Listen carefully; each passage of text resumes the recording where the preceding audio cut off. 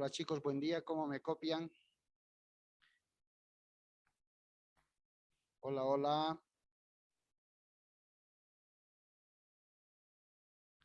¿Cómo me escuchan, jóvenes? Todo bien, licenciado. Muchas gracias, Jocelyn. Muchas gracias. Buenos días a todos. Démosle un par de segundos para que vayan conectándose los chicos. A ver, ya este fin de semana tengo dos materias divididas en plataforma, chicos. Ustedes deben de ver. Uno para ingeniería comercial y el otro para administración. Ya he subido las grabaciones prácticamente a la página de ICO y una partecita a la de administración. No sé si los chicos de ICO han podido ya entrar a la plataforma y verificar. ¿Podría confirmarme alguien?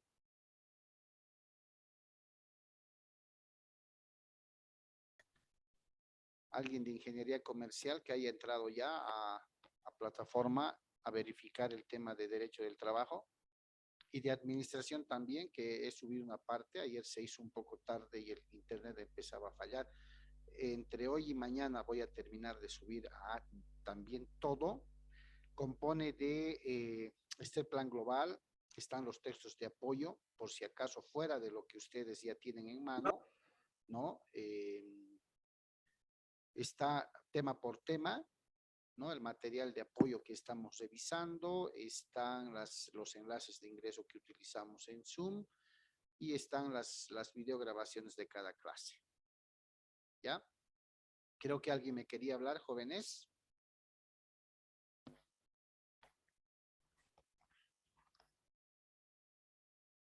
Nadie ha podido entrar a la plataforma este fin de semana. Está todo ahí, jefe. Ya, has podido ingresar, Jocelyn, sin ningún problema, ¿no? Sí, está todo, sí. Ya. Para los chicos de ADMI, por favor, entre hoy y mañana. Ayer un poquito bajó en la noche la señal de internet. Entonces, entre hoy y mañana también voy a subir todo el material. Una parte ya está. O sea que van a tener todo. Bien, no se olviden, por favor. Estoy viendo que se están registrando en el chat de la grabación. Voy a compartir, entonces vamos a continuar con el avance de materia. Estuvimos en el tema de... muy bien, ahí estamos.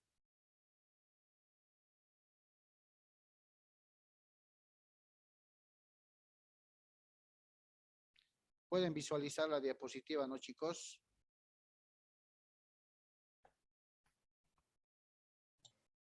Sí, licenciado. Perfecto, muchas gracias. Bien, a medida que íbamos avanzando el tema de la legislación laboral boliviana, lógicamente hablando de nuestra Ley General del Trabajo, establecimos de forma clara los antecedentes de nuestra norma para recordar. No se olviden que fue promulgada mediante decreto ley el año 1939. Les había explicado cuál era la connotación de un decreto ley y la diferencia con una ley. Elevada a rango de ley, dijimos el año 1942. En su momento, una de las normativas laborales más completa, mejor sistematizada en América Latina, en su momento. Hicimos un cálculo que prácticamente nos arroja el resultado de que hace más de 80 años estamos con una ley laboral, Ley General del Trabajo, y empezamos a ver cuáles en estas alturas eran las deficiencias que se pueden encontrar en relación a nuestra normativa laboral.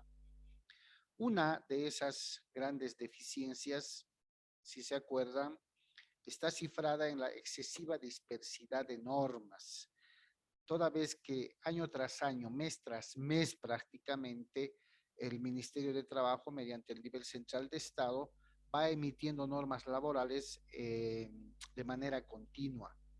Normas laborales que no son insertas, pues sistematizadas a las que componen la Ley General del Trabajo, sino que se mantienen en un listadito independiente, o tenemos que verlas de manera independiente colgadas en el internet o en algún otro librito que prácticamente viene a generar esa dispersidad de las normas.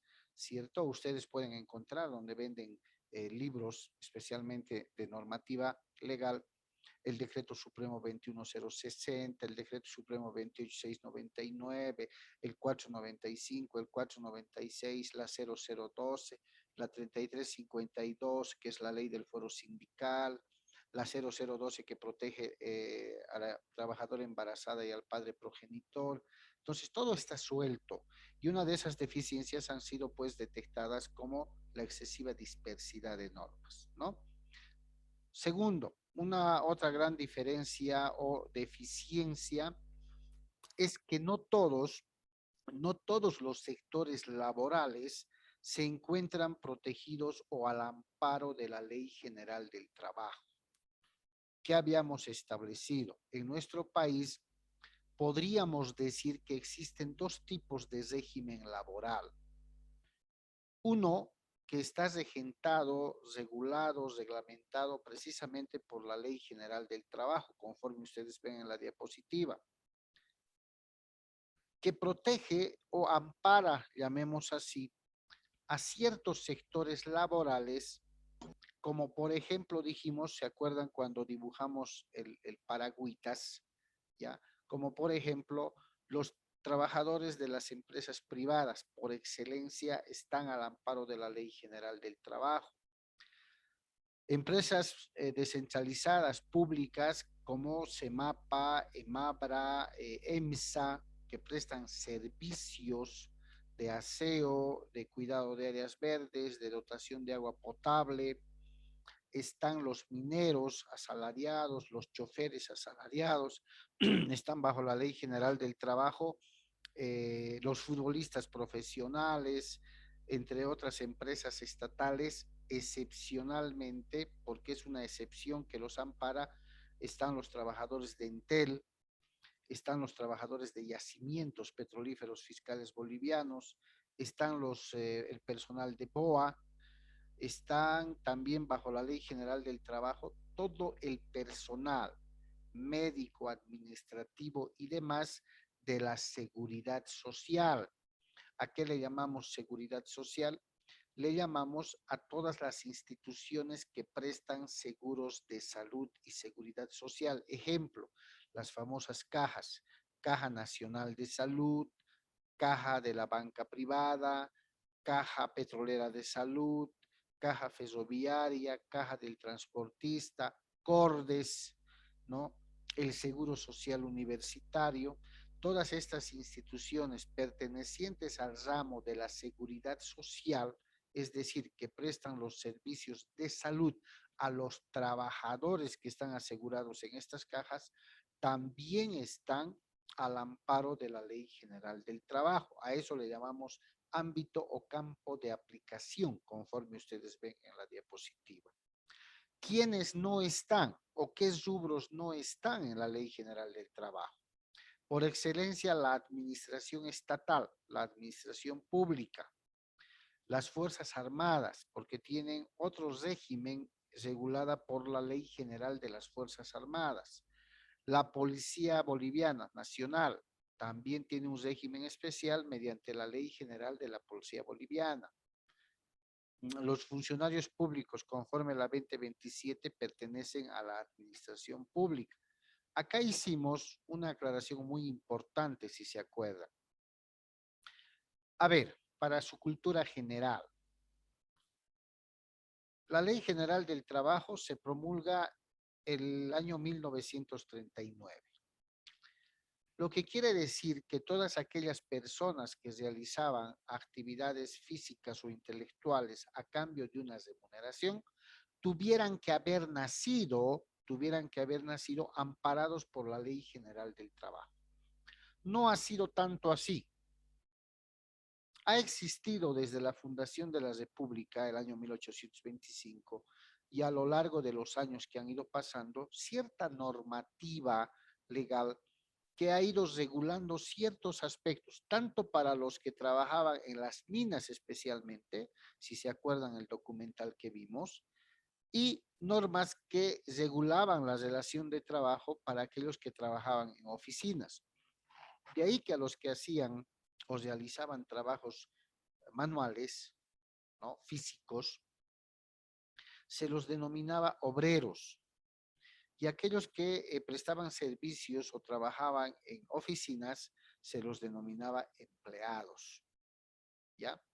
Esa era la forma de distinguir si algún trabajador realizaba algún trabajo físico o realizaba algún trabajo administrativo, intelectual. Eso con el tiempo va cambiando. Hay un acápite especial en el que hay que hacer diferencia y uno de los compañeros de la anterior clase manifestaba. Me decía, licenciado, pero hace un momento dijo que las alcaldías volvieron a la Ley General del Trabajo. Estamos hablando de las alcaldías municipales. Gobiernos autónomos municipales es actualmente la denominación correcta. Sí, es verdad, chicos, y esto se da de la siguiente manera para su conocimiento. Les decía que nuestra Ley General del Trabajo se promulga el año 1969. El año ochenta y tantos, más o menos, cerca de los 90, se promulga en el tema de los gobiernos municipales, se promulga la ley 2028, ¿ya? La ley general, la ley orgánica de municipalidades se llamaba, ya no está vigente. ¿Qué disponía esta ley general de la ley orgánica de municipalidades? Disponía en el artículo 59 que todas aquellas personas, es decir, trabajadores, trabajadoras, que hubieran ingresado a las instituciones municipales años antes de la promulgación de la ley 2028, mantenían su régimen laboral como Ley General del Trabajo. Y todas aquellas personas que ingresaran a las alcaldías municipales a partir del año 99 que se promulga esta norma, la 2028, junto con la ley 2027, la 2027 es la ley del Estatuto del Funcionario Público, establecía que todas aquellas personas que ingresaran a trabajar a las alcaldías y a cualquier otra entidad pública, decía, se denominaban servidores públicos y no estaban al amparo de la Ley General del Trabajo, sino al amparo de esta Ley 2027, que es la Ley del Estatuto del Funcionario Público. Entonces, acá hace un quiebre esta norma y dice, en términos más prácticos, dice, ya, todos aquellos que ya trabajan en las alcaldías municipales continúan bajo el amparo de la Ley General del Trabajo. Y todos aquellos que ingresan a partir de este año 99 pertenecen al servicio público, servidores públicos. Entonces, desde aquellos años, los que ingresaron a las alcaldías municipales ya no pertenecían a la Ley General del Trabajo, sino solamente aquellos que habían ingresado con anterioridad. ¿Listo? Ahora bien, el año 2012, en diciembre del 2012, ¿no? Diciembre del 2012, se promulga la Ley 321 como consecuencia del reclamo de la organización de los trabajadores de ser protegidos, de volver al amparo de la Ley General del Trabajo. Por una clara diferencia. ¿Cuál es la distancia que genera esa marcada diferencia entre un trabajador que es Ley General del Trabajo y uno que no es, sino que es servidor público? Les había dicho que estos señores que están bajo la Ley General del Trabajo, a momento de que la relación laboral termine, se fracture, ¿cierto? Se van con beneficios sociales. ¿Cuáles son esos beneficios sociales? Adelantándome, independientemente del sueldo, independientemente del aguinaldo de fin de año. En la Ley General del Trabajo se paga la indemnización. Es un resarcimiento económico al trabajador que se calcula un sueldo total ganado por cada año de trabajo. Si este trabajador, bajo la Ley General del Trabajo, tuvo 30 años de servicio en la empresa, fuera de su sueldo, de su aguinaldo, de su vacación si se le debiera y algunos otros bonos que seguramente la empresa habría podido generar, se va a ir con una indemnización de 30 sueldos. Ya se va a ir. Un sueldo por año trabajado, total ganado, libre de descuentos. Si ha trabajado 30 años, 30 sueldos totales ganados. Pero este otro trabajador que ha prestado servicios en la entidad pública o aquellas entidades o empresas que estuvieran al régimen de la ley 2027 del funcionario público, se va a ir con su sueldo y con su aguinaldo. Con nada más. No tienen derecho a otro beneficio social. Esa es la marcada diferencia y distancia que ha marcado entre la Ley General del Trabajo y la Ley del Funcionario Público.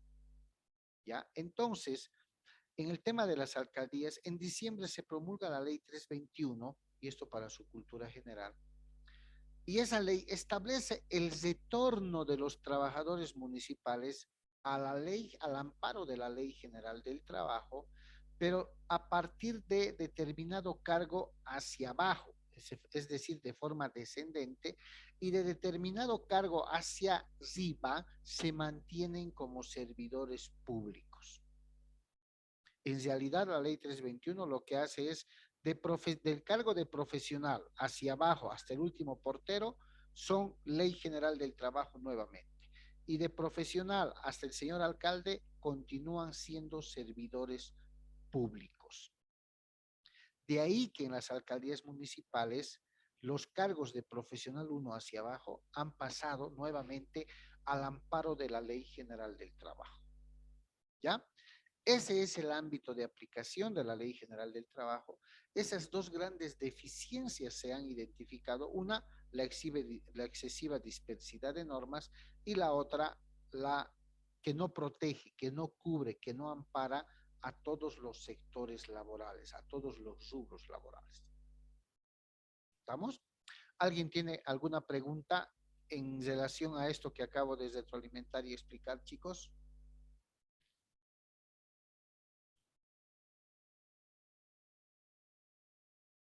¿Nadie? ¿Está claro entonces? Sí, dice, Bien, yo quisiera preguntar algo. adelante. Eh, Estaba diciendo que se le va a indemnizar al trabajador después de que se corte la relación con la empresa Sí, por año trabajado, un sueldo se lo va a pagar, se lo va a indemnizar, pero ¿qué sueldo se lo indemniza? ¿Qué tal si el trabajador ha tenido varios ascensos durante su tiempo de trabajo en la empresa y el sueldo ha ido cambiando? En este caso, ¿se estaría aplicando la indemnización del último sueldo que se le pagó o según a lo ascendido? muy buena pregunta, y es un tema que le vamos a ver, lo vamos a ver en el tema 8, que es reconocimiento de beneficios sociales y cálculo además, pero contestando a la pregunta de Vladimir, cuando se va a indemnizar a un trabajador, se lo indemniza con el promedio salarial de los 3 últimos sueldos percibidos, ¿ya? Es decir, que si este trabajador tuviera un sueldo fijo por la antigüedad, es decir, por su bono de antigüedad, su haber básico, quizás hace horas extras o algún otro concepto, ¿no? Si su sueldo fuera fijo todos los meses, por decirles 10,000 bolivianos, si yo voy a hacer el promedio salarial de los 3 últimos meses, el resultado va a ser 10,000 bolivianos, ¿cierto? Una regla de 3 simple, directa, facilita. Sumo los 3 últimos sueldos y divido entre 3, tengo el resultado. Pero si el salario de un trabajador es variable, dependiendo de algunos factores, a ver, el mes de julio sacó 10,000, totales ganados estoy hablando. El mes de junio, 9,500. El mes de mayo, 9,800. Entonces, voy a hacer la promediación y el promedio salarial de esos 3 últimos salarios percibidos que me salga, ese va a ser el promedio para poder calcular los años de servicio que ha tenido. Y eso es lo que le voy a pagar. Se toma en cuenta el parámetro para calcular la indemnización, es el promedio de los 3 últimos salarios percibidos. ¿Listo? Está bien, Lice, gracias. Ya, ok. Bien, ustedes ven en la diapositiva flexibilización laboral. En el rol que ustedes tienen en este momento de la carrera de Ingeniería Comercial y Administración, que es un rol empresarial, la flexibilización laboral es una invocación, es un pedido del empresario, del empleador a los estados, y esto es global, no solo en Bolivia, aunque en Sudamérica, Centroamérica y en el norte ya se ha dado, ya existe la flexibilización laboral. En Sudamérica ha ingresado hace un par de años y se está intentando analizar este tema y aplicar. El empresario, los empresarios invocan, le piden a su estado y le dicen, oíme, así como les das normas a los trabajadores, continuas normas que garanticen sus derechos, que protejan sus derechos y todo lo demás, también dale a la empresa. Reconoce que la balanza normativa no es equilibrada.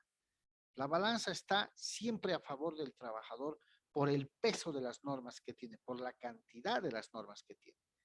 Entonces, le piden aplicación de la flexibilización laboral, pidiéndole que modifique las normas legales que regulan la relación empleador-trabajador, disminuyendo algunos derechos de los trabajadores o, en su caso, equilibrando derechos para el empresario.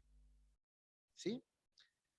Entonces, en Sudamérica, no solo en Bolivia, ha ingresado ya este fenómeno, este impacto de la flexibilización laboral, pero de manera muy lenta, de manera muy suave, podríamos decir.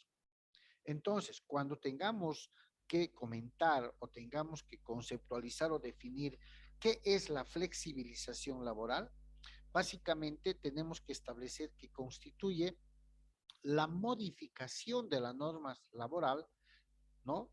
Para generar equilibrio para la relación empleador-trabajador.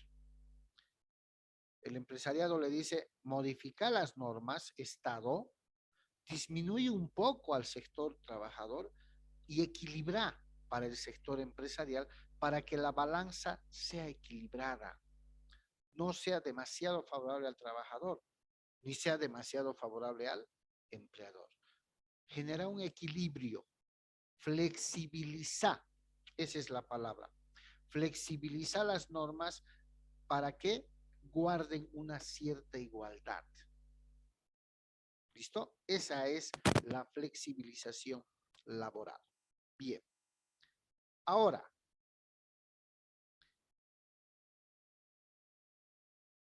un tema muy interesante, ya entrando a lo que es ya habiendo visto lo que es el ámbito de aplicación de la Ley General del Trabajo, definitivamente son los contratos. Y eso es lo que a ustedes les interesa conocer. ¿Qué tipo de contratos se manejan en materia laboral? ¿Cuáles son los contratos que regula la ley laboral? ¿Cuáles se usan en determinadas circunstancias? ¿Cuáles no se usan en determinadas circunstancias? Pero empecemos diciendo o definiendo qué es un contrato. ¿Es un pacto? ¿Es un convenio? ¿Es un acuerdo? ¿Qué es un contrato? Desde el punto de vista formal y legal, ¿sí? Se define al contrato de trabajo como aquel acuerdo de dos o más partes que tienen por objeto la prestación de servicios de manera continua y la retribución económica por esos servicios prestados. ¿Sí? De manera más práctica, podemos definir al contrato de trabajo, es el acuerdo entre el empleador y el trabajador para que uno preste servicios y el otro pague por esos servicios sujeto a ciertas condiciones, derechos y obligaciones. Ahora, para que este contrato sea válido legalmente, es decir, tenga eficacia legal entre el empleador y el trabajador, de manera ineludible es necesario cumplir con ciertos requisitos. Necesario. En materia de contratos, chicos, estos requisitos no solamente regulan en materia laboral, los van a ver en materia civil y los van a ver también en su rubro en materia comercial. ¿Ya? Los requisitos de los contratos a nivel universal guardan un estándar de lo que ustedes están viendo en la diapositiva. Es decir, son los mismos, con ciertas variaciones según el mercado, según el país y todo lo demás. Pero después son los mismos requisitos. Algunas legislaciones les denominan elementos necesarios, algunas, pero la mayoría lo que hace es denominarles, ¿no? Denominarles requisitos del contrato de trabajo, ¿ya? Entonces, por favor, nosotros los vamos a manejar como requisitos del contrato de trabajo. Bien. ¿Cuáles son estos requisitos que son necesarios para poder darle validez y eficacia legal a un contrato? Un primer requisito es el consentimiento que debe existir entre el empleador y el trabajador, hablando de materia laboral. ¿Ustedes creen que el empleador puede obligar a trabajar al trabajador si éste no quiere? ¿O el trabajador le puede obligar al empleador a contratarlo? ¿O debe ser fruto de un acuerdo? Un acuerdo, ¿no? Necesariamente, ¿cierto? Yo, empleador, no puedo ser obligado por un trabajador a contratarlo. ¿O sí? No. Yo, trabajador, tampoco puedo obligar al empleador y viceversa, ¿no? El empleador no puede, no, tú trabajas para mí. No, todo tiene que partir de un acuerdo voluntario de partes. Y ese consentimiento como requisito se define como la expresión libre, la expresión voluntaria de las partes de aceptar el acuerdo al que han arribado. Cuando este consentimiento es viciado, y digo viciado, es decir, es contaminado por alguna ilegalidad, entonces le estamos quitando eficacia al contrato de trabajo. Este consentimiento tiene que ser libre, tiene que ser voluntario, la expresión de aceptación tiene que ser espontánea, ¿sí? Y esto se traduce en el momento en el que la empresa saca alguna convocatoria, algún aviso o alguna vacancia, el trabajador se presenta, de pronto se hará una entrevista previa, dependiendo del cargo para el cual están convocando personal, y una vez establecido el perfil del trabajador, seguramente el tema del salario, horario de trabajo, lugar donde va a trabajar, derechos que por ley va a poseer y todo lo demás, las partes sellan ese acuerdo manifestando de manera voluntaria su consentimiento. ¿Cierto? Ahora bien, dentro de un contrato de trabajo, así como de otros, lógicamente tiene que haber, ¿no? Tiene que haber un objeto, una causa, además. El objeto y la causa como requisitos del contrato, chicos, van de la mano. Vamos a entender que el objeto va a ser el para qué contrato y la causa va a ser el por qué contrato. ¿Qué me motiva a contratar? A ver, si ustedes como empresarios firman un contrato con un contador para que desempeñe y cumpla funciones de contador de lunes a viernes en horario de oficina con un salario de 3.000 bolivianos, por decirles. Esa es la idea. ¿Cuál sería el objeto del contrato? ¿Cuál sería el para qué del contrato? ¿Para qué hago el contrato?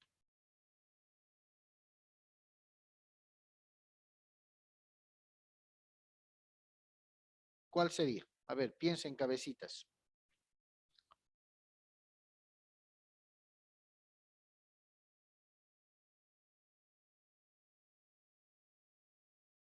¿Nadie?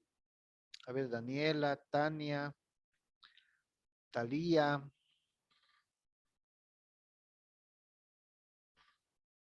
Ahí tenemos a Wilder, María Brenda, Micaela, Sandra, Andrea, Kevin, Podría ser Andrés. para que el trabajador cumpla a cabalidad los requerimientos que está necesitando la empresa por los servicios que requiere del trabajador para que lo cumpla a cabalidad y que esté fijado en su contrato, ¿no? Eso, para justificar también si es que tiene alguna denuncia. Sí, dicho en otras palabras, el para qué del contrato si la empresa necesita un contador es precisamente el objeto es contratar a un contador. ¿Para qué? Para que, como bien decía Vladimir, cumpla las funciones para el cargo que se requiere y quede establecido todo aquello. ¿Cierto? Ese es el para qué. Ahora, ¿cuál sería la causa? ¿Cuál sería el por qué? La necesidad que la empresa tiene de contratar a un contador. ¿Se dan cuenta?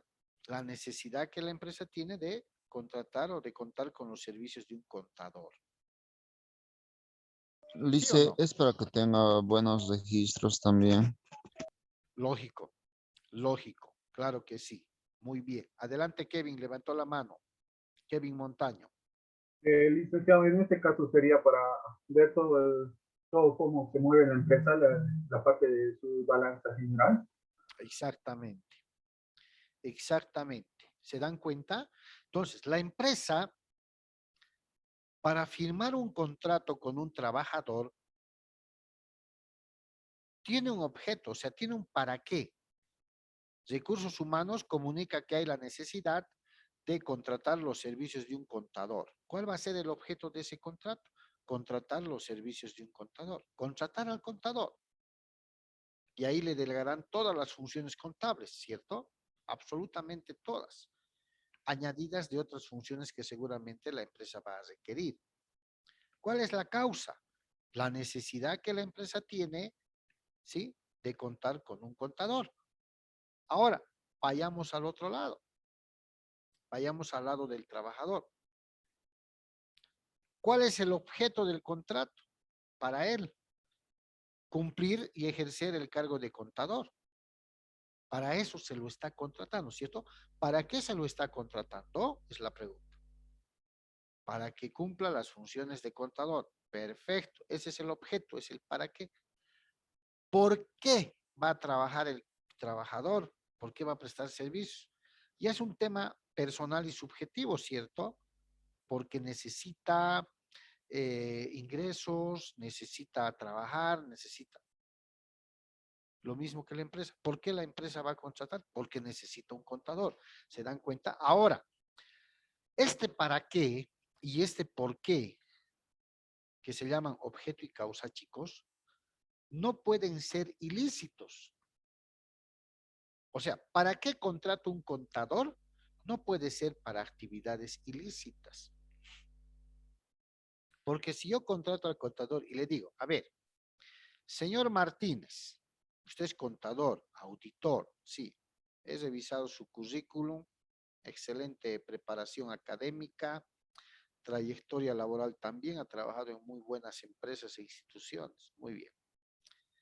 Debido a su experiencia, señor Martínez, yo requiero de un contador, pero un contador con asterisco especial.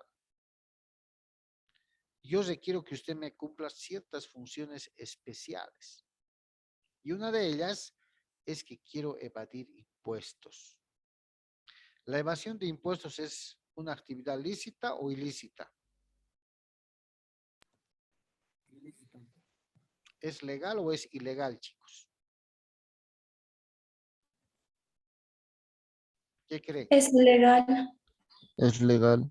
La, ilegal, la evasión es de impuestos. ilegal. Ilegal, licenciado. Claro. Gracias, Gloria.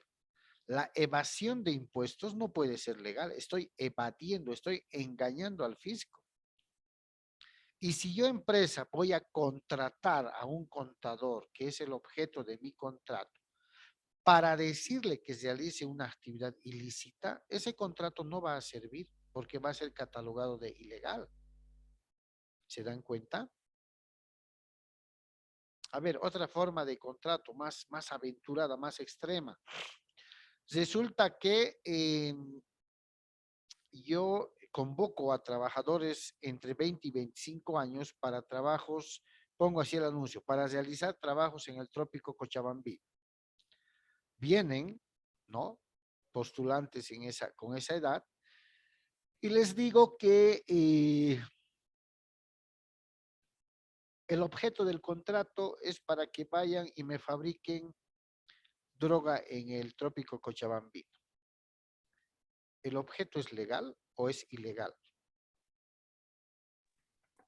Es ilegal. Es ilegal, sí. Es ilegal. Ese Legal contrato, allá dice. ¿ese contrato tendrá validez legal?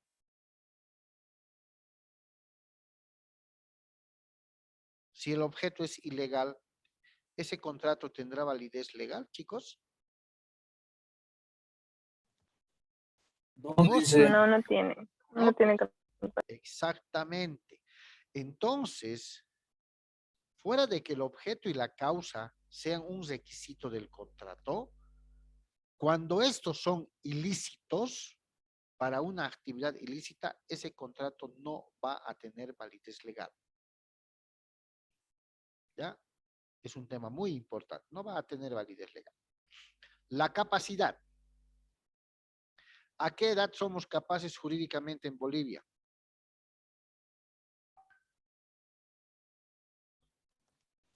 ¿Quién me desde dice? los 14 años se puede, ya puede 18, ser creo. lícito, pero legalmente desde los 18.